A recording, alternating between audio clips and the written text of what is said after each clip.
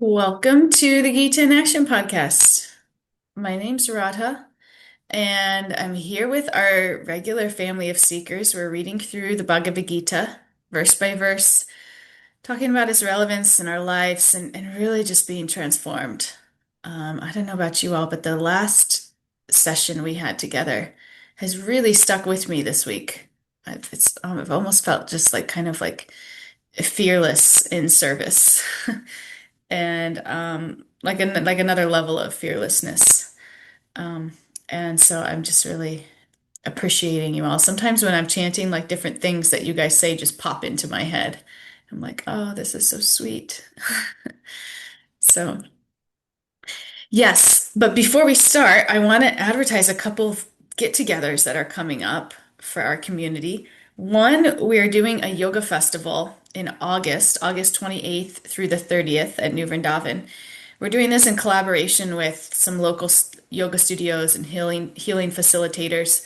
So we have a whole program planned for this, all different kinds of yoga classes, breathwork classes, wisdom classes. We're gonna have henna. We're just gonna have lots of kirtan, lots of good food. So it will be really nice connecting time if you can make that. And if you can't, we got another thing coming up for you, and that is in November. We are going to Guatemala.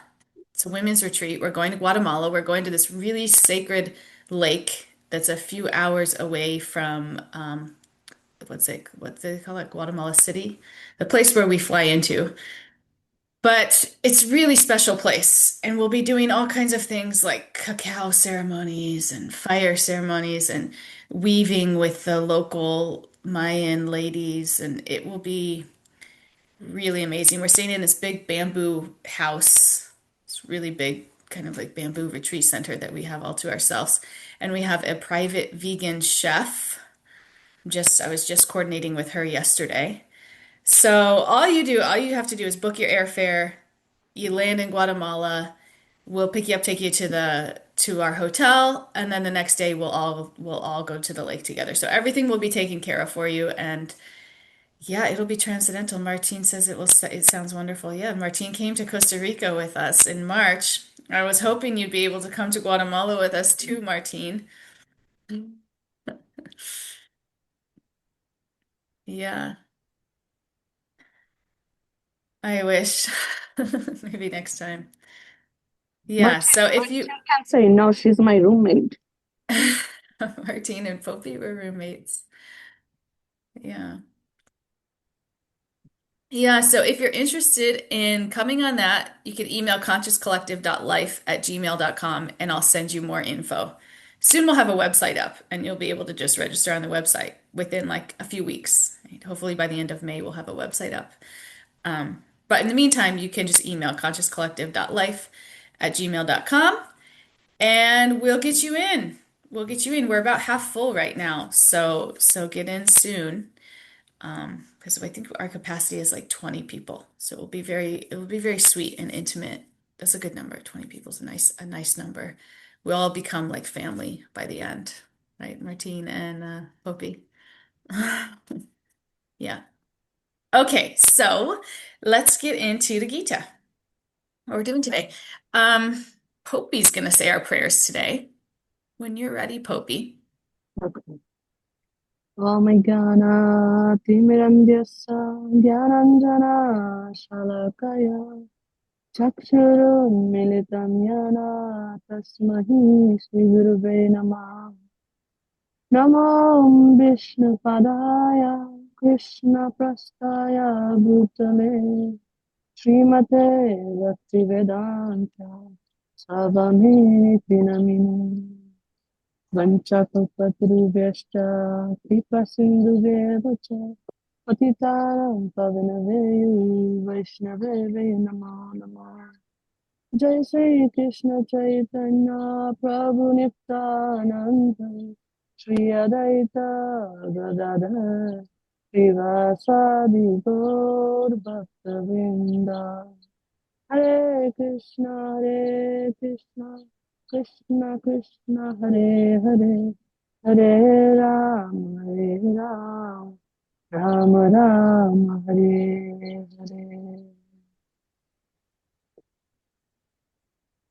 Thank you. Thank you. Okay, let's get right into it today. We are, let's see, we're starting with verse 34. We're starting with verse 24 or 34. 34.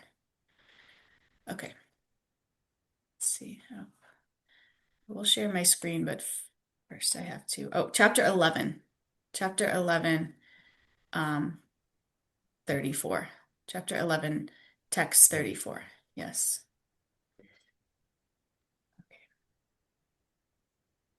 And let's see. I'll just pull this up. Whenever you're ready, Stella. Okay.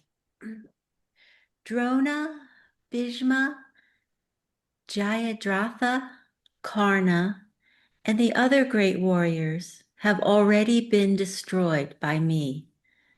Therefore, kill them and do not be disturbed. Simply fight, and you will vanquish your enemies in battle. Wonderful. Thank you. So before we get into this next section, I want to I want to just kind of go back to what we talked about in the last class, just because it really kind of plays into this. It's a nice progression, so I kind of want to highlight it. In the last verse that we talked about, Krishna tells Arjuna, all of these warriors are already destroyed by me. He says, you simply become the instrument. And we talked about this a little. When you hear it, it almost creates a tension, because on one hand, Arjuna still has to fight. He still has to show up, make decisions, do his part. But on the other hand, Krishna's saying the outcome's already arranged. So where does that leave? Where does that leave us? Where does that leave us? Like, what does it mean to try our best while also understanding that we're not the ultimate controller? And so this is something that we're going to keep unpacking as we move through this section. And so in this verse that Stella just read, he lists the names of some great warriors, or some warriors, and says they've already been destroyed by me. And so therefore, kill them and don't be disturbed. So even though Krishna is ultimately the one behind everything, he's so kind that he often gives the credit to his devotees, right, when they sincerely try to carry out his will. He allows them to participate in something bigger than themselves. This is his mercy. And this is beautiful for us, because spiritual life, like we've talked about so many times, it's not about trying to force our own plans and control every outcome. Like if that's what you came into spiritual life as, like good news for you, your life is about to get so much better. Because we totally flip that. For all of the controllers out there, we totally flip that. And in spiritual life, we learn how to align ourselves with a higher purpose. And as we grow in spiritual life, especially through guidance from teachers and sastra, this wisdom, we gradually begin to understand what Krishna's trying to do in our lives. Like it becomes revealed to us in a very like peaceful and soft kind of a way, relative to trying to force and to grip ourselves. So the process is such that when we make plans that are centered around service, compassion, connection to God, those plans become powerful because they're aligned with his desire. And when we live that way, it takes a lot of the struggle out of life. We're not just struggling alone or just chasing temporary success. It's like we're moving with deeper meaning. Even though externally we still may have a lot of struggles, internally we're moving with deeper meaning. And in that we're more steady, more calm, more peaceful, more confident.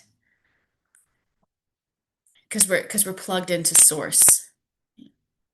And something that I want to kind of zoom in on here in this verse is that Krishna lists a few warriors. He says Drona, Bhishma, Jayadratha, and Karna.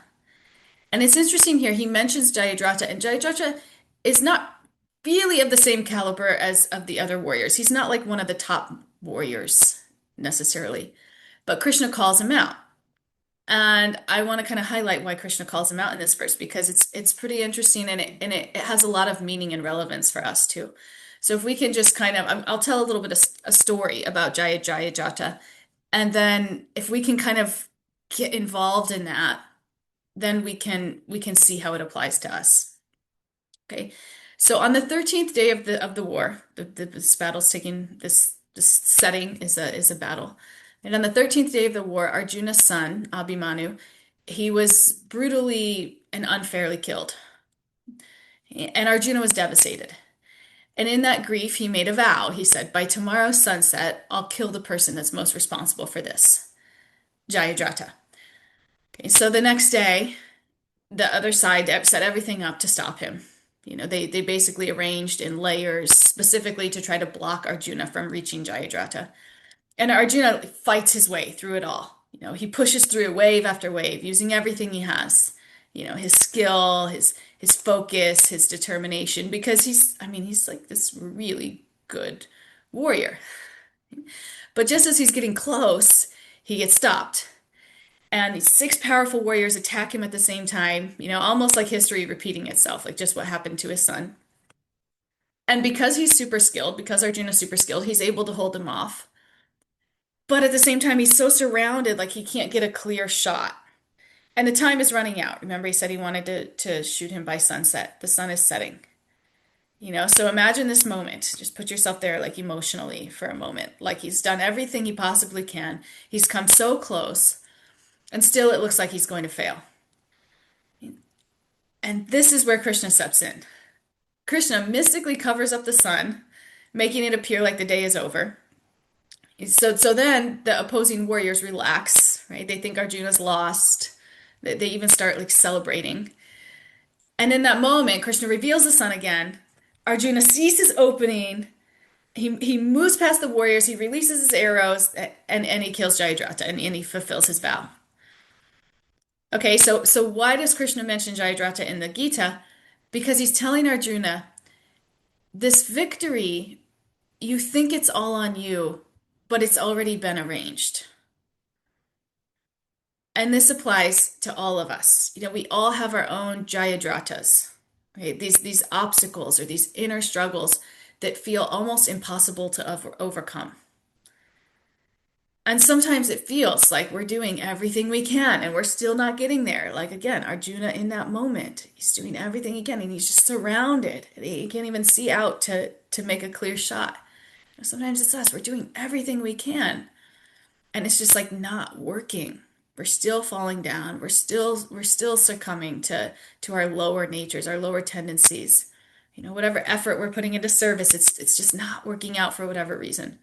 Okay, but the deeper message here is we do our part, we show up, we try, we keep moving forward, and Krishna does what we can't. Okay, when we're aligned with his will, so we're acting out of compassion, love, service, when we align ourselves with that intention, Krishna's grace steps in where our effort reaches its limits. Because our effort is going to reach its limits, no matter how smart, powerful, strong, whatever you are, your effort will reach its limits. Sometimes the limit is higher, some days the limit is much lower. Whatever it is, you'll hit the limit, and at that point, Krishna will step in. And if we stay sincere, if we keep going, if we keep orientating ourselves towards something higher, we should know that we're not fighting alone. We're never fighting alone.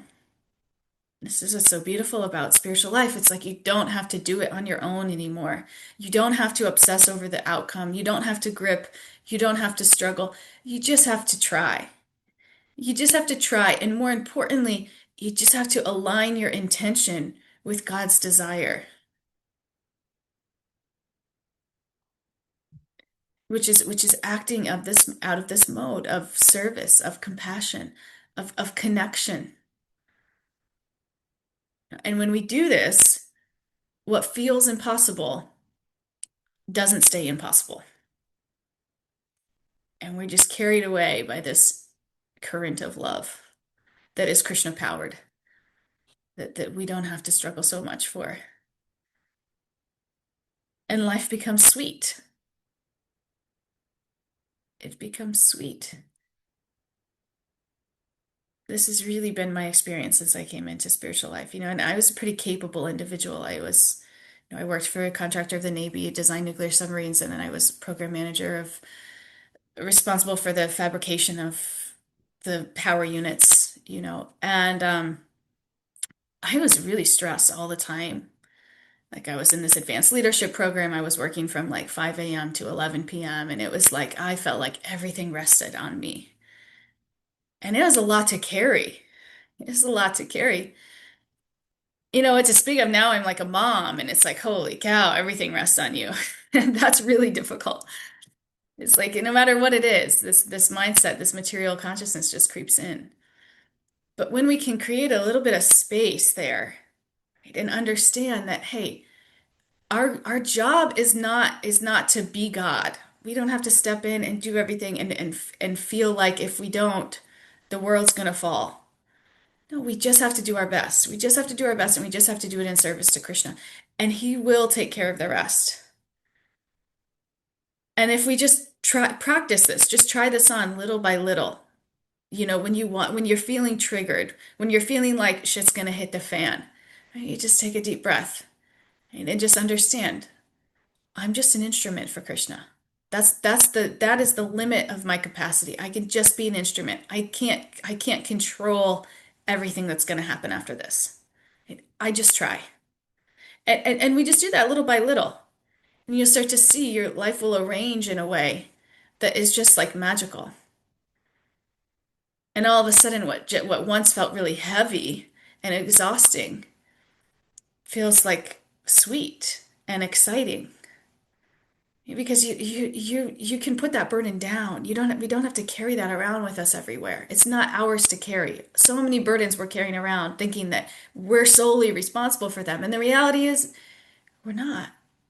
We can put that down. It's actually the burden is it's so heavy that we're incapable of even like connecting where we're supposed to connect, right? Or where we're supposed to be because this burden is so heavy we don't have capacity for anything else. I remember this too when I first got into the service. I actually left my job to do service full time, and I was managing Super Soul Farm and a lot of the Wisdom of the Sages retreats, and I was so focused on like the organization and the management that like I had no capacity to connect with anybody. It was like these like people would come in and out, and I wouldn't even like really get to know them, or sometimes even like really know their names and faces because I was so focused on this organization, and I really felt like that, like like God, I felt like I had to control everything, and it was so stressful. And I remember after a couple of years, I wasn't doing that service anymore. I was doing some other services, but I met with somebody that kind of knew me through it all, and she's like, "Wow, you seem so different now. You seem so like so much more relaxed." And it was like externally, I was doing a lot of the same services, but internally, I had loosened this grip of this, like, I'm the controller and everything rests on me. And in that, it created a lot more space for genuine connection. And like, I felt that so much. And so this is what happens to us psychologically when we can let go of gripping so tight. All of a sudden, there's space for authentic connection. And externally, we may be doing the same things, but internally, there's a lot more space in our hearts because this is the way we're designed. And when we function in accordance with the way we're designed, it's everything just runs smoother and better. So that's this verse. It's quite beautiful. We don't have to worry so much. Krishna will step in. He'll cover the sun so we can make that clear shot, and then he'll uncover the sun. It's just like it's Krishna magic. And to the degree that we have faith in this, we will see it in our lives. Guaranteed. Guaranteed.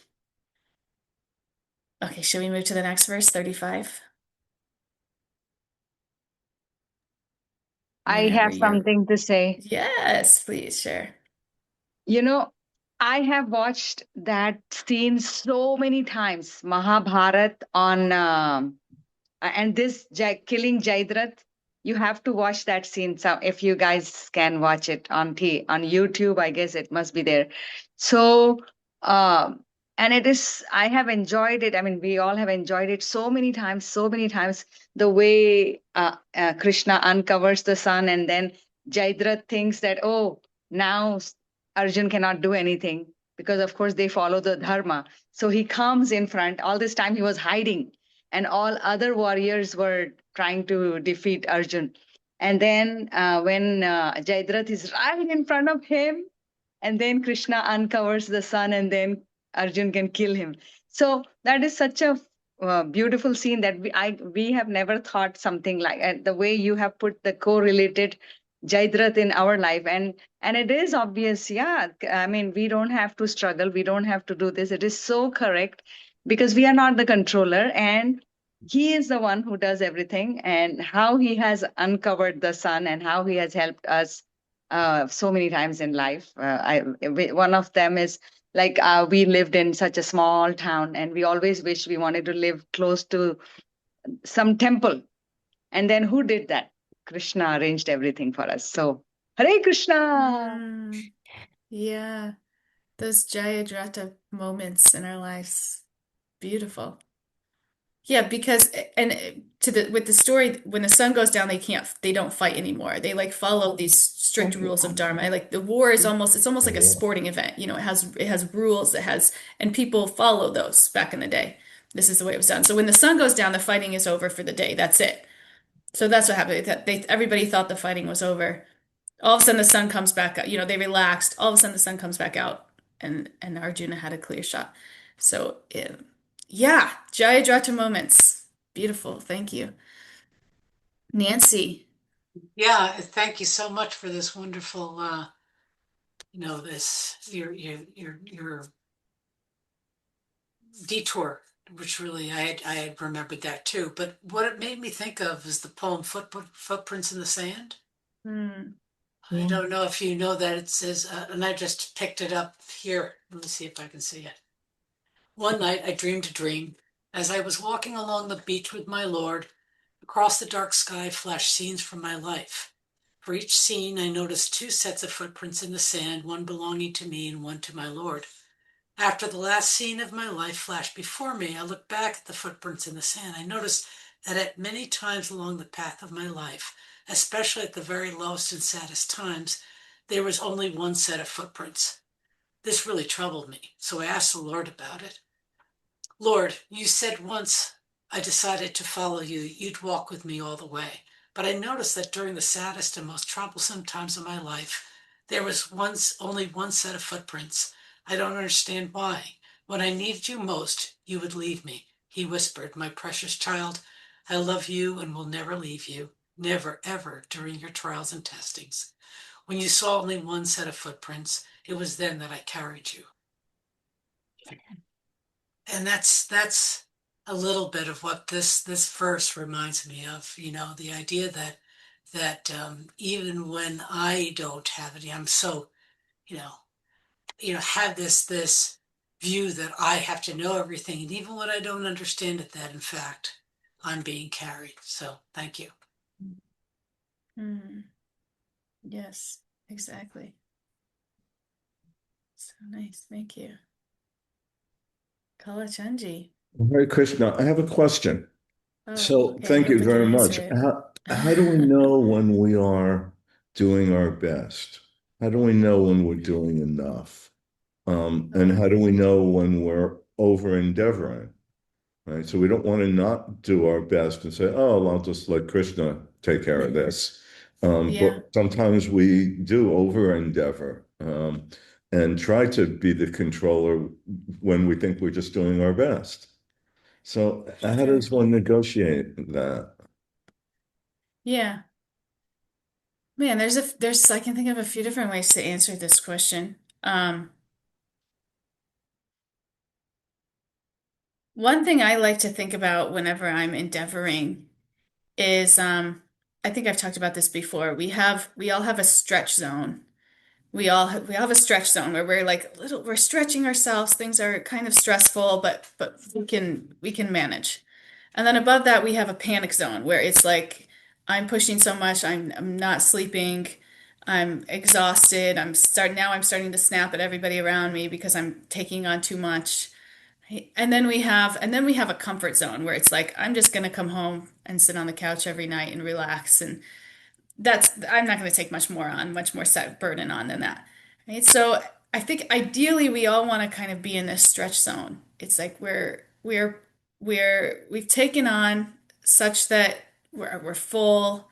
We do have to kind of lean. We see that we need Krishna's mercy in our lives to survive, but at the same time, it's not like we're not completely drained and depleted at the end of the day. Right? This stretch zone is a little bit more than maybe we would be totally comfortable with, but it's not so much that we're just completely overburdened. And this is different for everybody. Everybody has a different stretch zone because naturally we're all built different. We all have different capacities and strengths and weaknesses and such. So it's very unique, we all have to find that zone of which we kind of manage our own lives. I like to call it the stretch zone. Okay, so this is a good question when we're going around. Like, have I hit the panic zone? Am I in the comfort zone? What kind of adjustment can I make so that I'm in the stretch zone? And then the second way to answer that, I'm thinking to answer that question is understanding like there's a circle of influence. Who made that circle of influence? Anyway, there's certain things that like are just not even in the sphere of our control. And it's understanding, starting to become expert in understanding the difference between those things, which honestly we could do like a whole class on, and maybe we will sometime at a retreat. But we have to kind of get a little bit intelligent about it too. What's actually in our control, what's actually under our influence, and what's just not, and what's just for us to just let go of. So there's a lot of different variables. Um, but at the end of the day, it really comes down to our intention. And is our intention to control the outcome, or is our intention to serve God? And if our intention is to serve God, and we're making time for our sadhana, we're chanting, we're spending time studying scriptures, where God will also reveal to us, when it's too much. It will become obvious to us because our intention is aligned with God's, and our intention is to serve God, not to be God, not to control an outcome. And when that is pure, God will reveal to us and give us that inner wisdom through Super Soul to know. And that's probably the biggest answer. But we have to do our part. We have to plug into Sastra. We have to come to classes like these and train our intelligence. We have to spend time every day with God in meditation and chanting his names, in prayer. We have to develop that relationship so that when he speaks to us in the heart, we hear him. We have to like calibrate our systems so that when we can hear the frequency of which he speaks to us, or we won't. We'll be dull to it. Yeah. Thank you. Does that make sense? Thank you. Anybody else?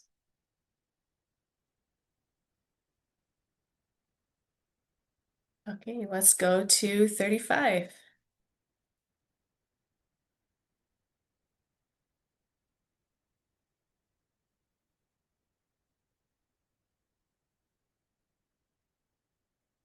When you're ready, Stella.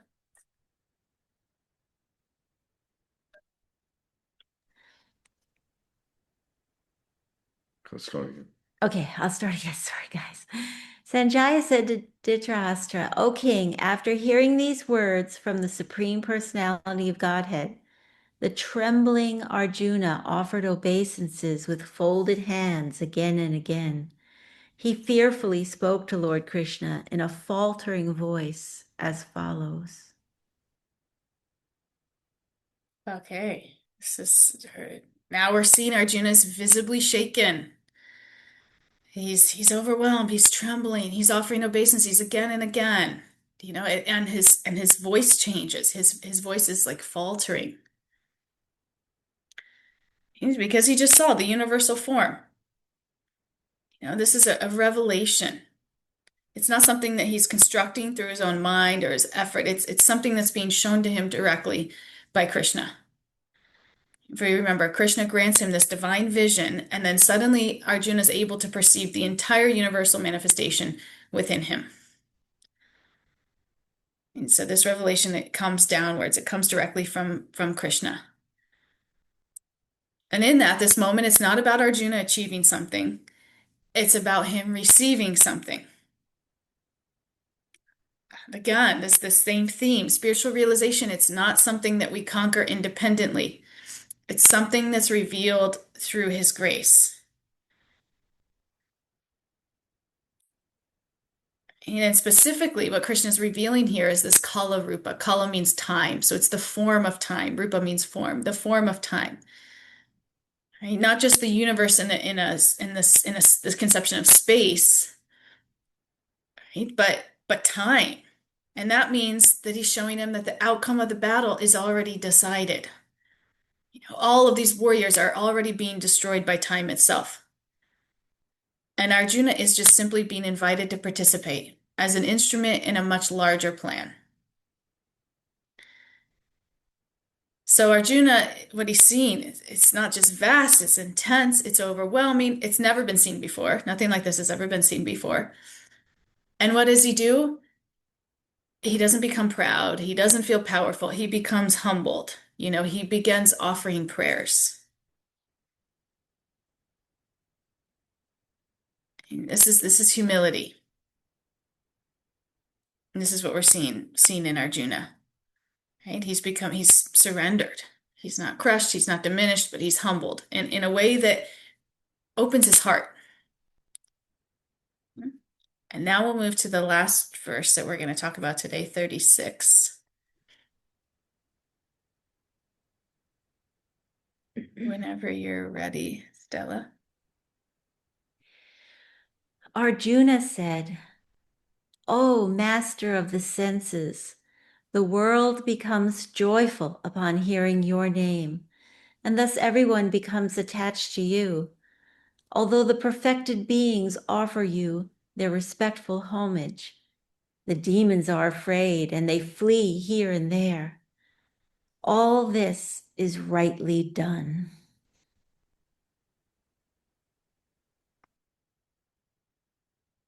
So in these verses, these next 10 verses or so, we're going to see Arjuna glorify Krishna, and then he's going to offer obeisances.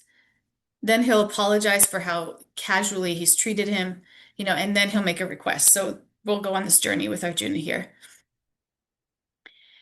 And what we see here in Arjuna is earlier he couldn't really make sense of what he was seeing. Okay, the vision was overwhelming, it was vast, it was terrifying, it was beyond comprehension. And now he's recognizing, that this form of time, this kala rupa, is Krishna's manifestation. And so once this recognition is coming, we'll see his language gets more grounded and more familiar. He's starting to understand this is God. This is God. And from that place, he says something very natural. He says, your glories are heard. When your glories are heard, the whole world becomes joyful. When your glories are heard, the whole world becomes joyful. This is a beautiful point because real glorification of God naturally produces two things in the heart. One is joy, and the other is attachment. When we genuinely connect with God through hearing about him, remembering him, glorifying him, something in us softens and we feel uplifted. And naturally we begin to turn towards him. But in this verse we see Arjuna also points out the opposite reaction. Those with a demoniac mentality, they don't move towards God, they move away from God. Right? They feel fear when they hear about God. They resist. And if we notice here, it's not that God has changed. But we see here, this is the same reality that brings joy and attraction to one person, creates fear and discomfort in another. God's the same, right? But one person he'll bring joy and attraction to, and the other will just be uncomfortable and fearful. And the difference here is the consciousness of the observer. So those who are spiritually open, like sages and realized beings, they'll naturally feel reverence. But those who are deeply attached to ego, control, material identity, they feel threatened by the idea of surrendering to something higher than themselves. And this is a difficult thing. I just this weekend I did a program with this TTOL organization that plans events for people in sobriety. And I'll tell you, this event is the people that we were speaking to here. It's probably some of the most receptive people that I've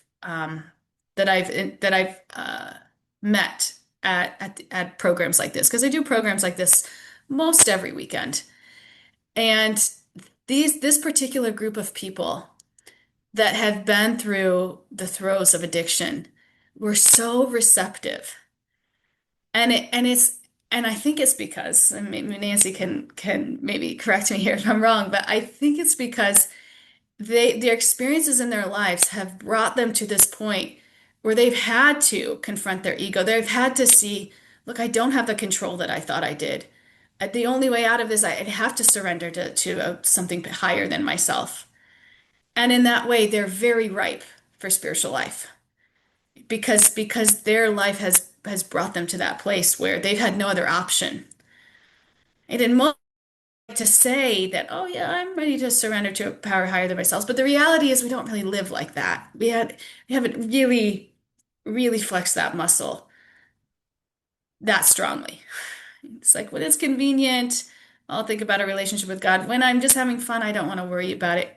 But if your idea of fun has brought you so low that you've been so confronted that you've had to recognize the only way out is surrendering to something higher than myself, then that's really like such a catalyst for spiritual life. I mean, that's like the dawn of your spiritual awakening. And so I really appreciated that about this group of people. In fact, I messaged the lady who I worked with to organize it. I said, if you know any other recovery groups, I would love to work with them because I love these people. They're so ready. They get it. They get it in a level that I feel like it's a lot deeper than a lot of people because they've been there. They've had that realization directly in their life. They're it's really quite beautiful. So anyway, so this is the difference. It's same thing, but depending on the consciousness of the observer, you'll see it differently. Right? And sometimes we see somebody who has a lot of faith and we look at their lives and we say, wow, well, their life is really nice. If my life was that perfect, I would have a lot of faith. Sometimes we can think that. But what we see here on the battle, we should know Arjuna's life has not been easy.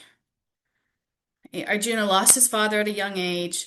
Him and his brothers were severely mistreated and exploited by their own family. Right? Their kingdom was taken away from them. Their identity was stripped away. I mean, and now he's standing on a battlefield, and he's has to fight everybody that he's known and loved. So if anyone has a reason to feel bitter or complain about life being unfair, it would be the Pandavas. But Krishna's teaching us something deeper.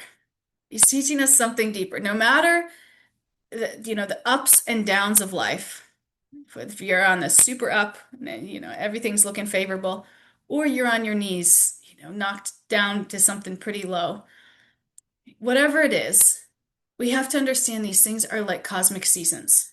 Some periods are going to be harsh, some are going to be favorable, but they all have a role to play. And we can't necessarily expect our spiritual practice to remove the challenges. But what our spiritual practice does is it gives us something else. It gives us this vision, this inner stability. Because often The problem is not the situation itself, but it's our reaction to it. So instead of just waiting around for everything to become peaceful, the real work is to create peace within. This is the real work. No matter where you come from, good or bad, there's no excuse and there's no getting out of it. The real work, the real peace that we need to create starts from within. There's a simple example here. We can think of like two kids that grow up with an alcoholic father. One becomes an alcoholic, the other stays completely away from it. And when asked why, they both give the same answer. Well, because I grew up with an alcoholic father. So naturally, I'm an alcoholic, or naturally, I stayed way far away from it. So it's the same situation, but completely different responses. And this is the work. This is the work for us. It is spiritual, is to become like water, able to flow around obstacles without losing direction. It comes from inside. And the Gita trains us. It trains us to stay grounded in that inner space, to not let our inner world be hijacked by this chaos happening outside. Okay, so this brings us back to Arjuna. After all the overwhelm of the universal form, he's finally beginning to make sense of what he's seen. And his confusion is turning into recognition. And this recognition naturally leads into disglorification, humility, devotion.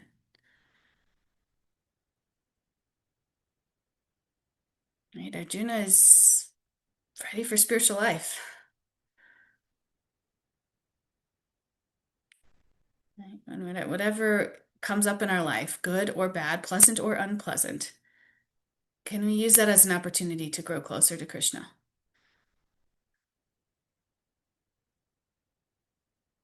Right? So what are we supposed to take from all this?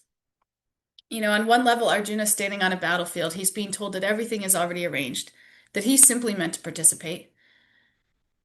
But on another level, this is also our story. We all have things that we're trying to overcome. We all have situations that feel uncertain or overwhelming or even impossible. And the natural instinct is to think, it all depends on me. It all depends on me. But Krishna's gently shifting this perspective. Yes, we show up. Yes, we try. Yes, we do our part sincerely. But we're not doing it alone. That's our consciousness. This is a tweak in our consciousness. Again, externally, it may look the exact same, but internally, we're doing our best. We're trying. We know we're not doing it alone. We know there's a higher arrangement at work. There's a deeper intelligence guiding things.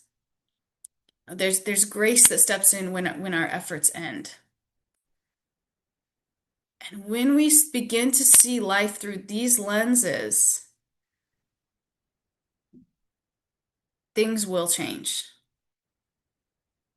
We'll stop trying, we'll stop obsessing over controlling everything, and we'll learn how to align. We'll stop being so consumed by fear or outcomes, and we'll start acting with faith and clarity.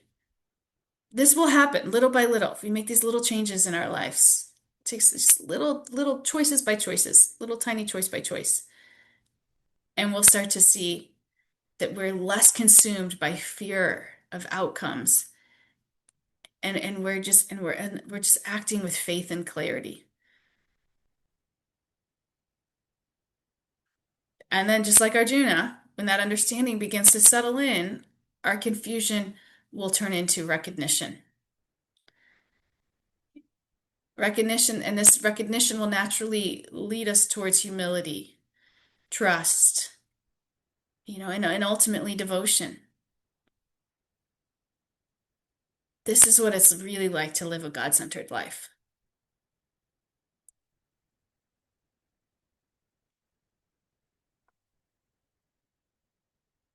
This is all that I have for you today. Would love to hear some of your reflections.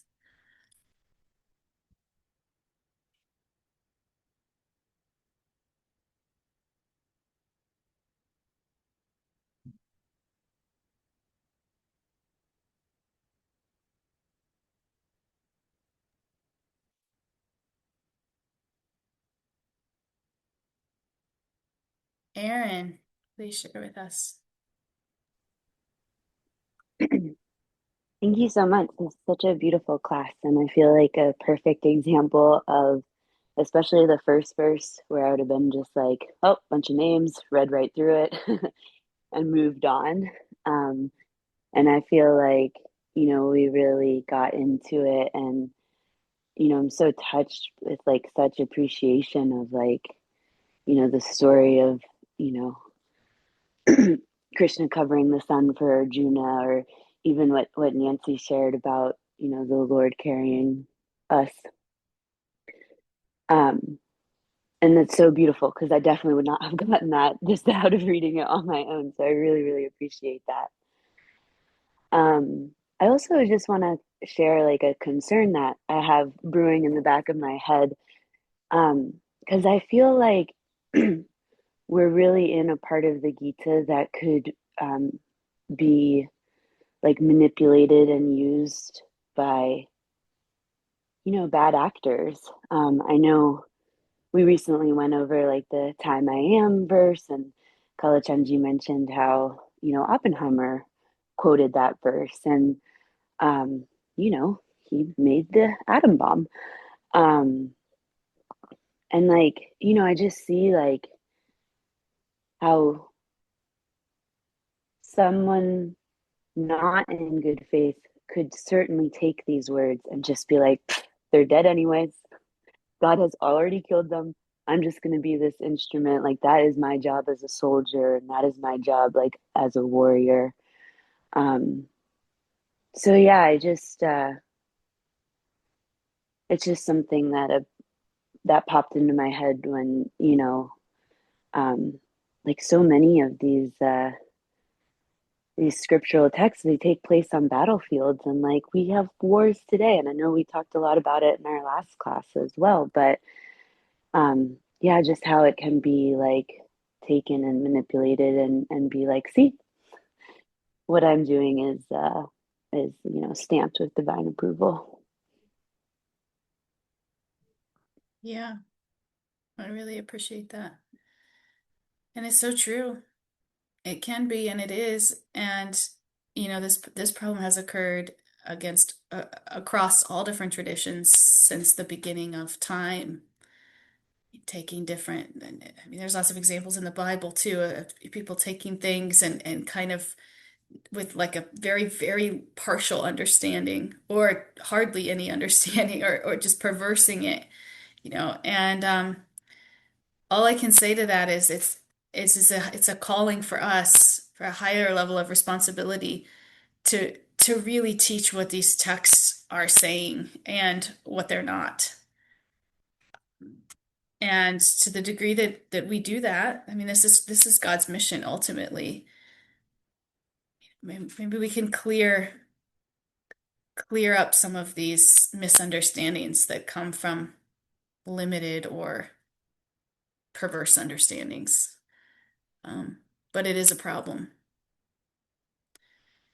Yeah, I don't think the solution is to say or to not read them or to discourage them, rather to really unpack them deeply and help people to understand the actual essence and not just using it to support their own ego or agenda, which is unfortunately what happens with scriptures across all traditions, cultures, time. But I hear you. It's sad. And this is a really powerful section. And just like anything else, it can be used really, really bad or ultimate upliftment and connection of our consciousness and others. So let's work together to do the second, because that's all we can really do, right? I'm driving. Do you mind if I chime in? No, please. Aaron, I was thinking the same thing as we were reading this, and often had that thought, like, it's kind of like, what is God's will, and how many times have people done things in the name of God's will, but weren't necessarily aligned with God's will. Um, and it's a hard truth to look at, you know. But it's recently, like, my peace of mind comes from just remembering that anything can be used for good or for evil, and even within ourselves, we can fall into the good or the evil, and it's always a choice. And to keep making that choice for the highest good. And like Rado was saying, you know, it's just like it's our personal choice. And what everyone else does, you know, we're not in control of that. But in this material universe, where it is a place of duality, we have both. But as we, you know, keep choosing the good, we can transcend it, and we will transcend it eventually. And we will be at a place where we're not in this materialistic, dualistic uh, earth plane, I guess, so to speak. So, yeah, I don't know. That's what I had to tell myself. Like, just keep doing your best and choosing the good, and eventually we'll be able to transcend this dualistic place. Thank you. Yeah. Yeah, and don't let these obstacles become impediments to your own faith. Right? Take the time to really understand that which is that it's just confusing or is turning you off or is, you know you're seeing like that. Take the time to really understand the meaning for yourself, right? See it in your life, then become conduits of of that love and change for others. Because that's what really needs to happen here. Carla, it's nice to see your hand up. Thank you so much. I very much appreciate every single thing that is going on here this morning. Um, and as I was contemplating all of it, I was just sitting, and then this little phrase come up. And it was also sort of similar to what we were working with in our Sage group last night. That's an aside. Um, the train going by. From the worst of the worst comes the inverse. That's what I got. And so just I just wanted to share that with everybody, especially in light of what Nancy was saying and the work you do, all of you are doing with people that are suffering from addictions. And it's that's what I got. And thank you so much for calling on me. I appreciate it. Thank you for sharing with us. Really nice. From the worst of the worst comes the inverse. It's like the lotus flower. I had a big painting of a lotus flower in my house, in my old house for a long time. I always felt like a lotus flower, like just coming from mud and flowing up. But it's there for us. Everything in our life is an opportunity to grow closer to Krishna if we see it like that.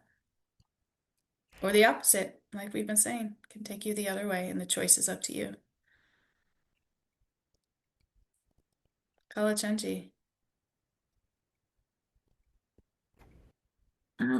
Yeah, I was just saying, when you, um, if people take these verses wrong, their fruit will always be bad. And I think that's what Carla meant by the worst of the worst results in the inverse, is that, when you take these, when they're as they should be, your fruit is going to be kindness and goodness, and you're spreading joy. Whereas if that's how I always, when people say, oh, God told me to do this, it's like, well, what's the fruit of that?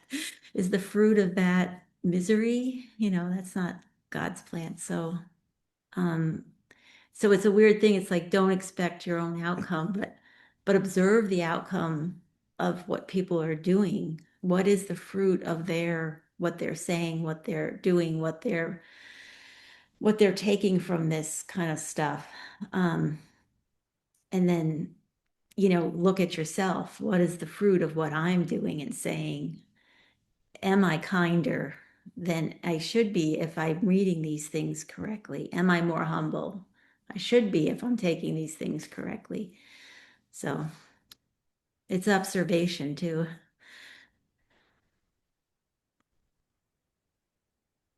Thank you for that perspective. I really appreciate you sharing that. Thank you. Yeah. We have to fill our cup up first. We have to lean into making time for this study, making time for our relationship with God. Like I can't stress that enough because this is where the clarity comes from. This is how we come to understand God's plan for us. It's not by like guesswork or pushing our own agenda or certain interpretations of text. It's like so much more systematic than that. It's Are we putting in the time to have a relationship with God? Is it our sincere desire? Are we following his word for us? Are we living in a way that's harmonious? Are we living with intention, with sincerity, with compassion? And then little as those things become like the pillars of our lives, which way to go at different times, which way to turn, when to go more, when to hold off. It will become more. It'll be easier to hear God's direction. We'll be able to hear His plan more clearly because we're living with that kind of intention and desire to align with His plan. He'll naturally reveal it to us. So this is what it actually means to be a spiritual practitioner. Yeah. Thank you. Anybody else before we end for the day?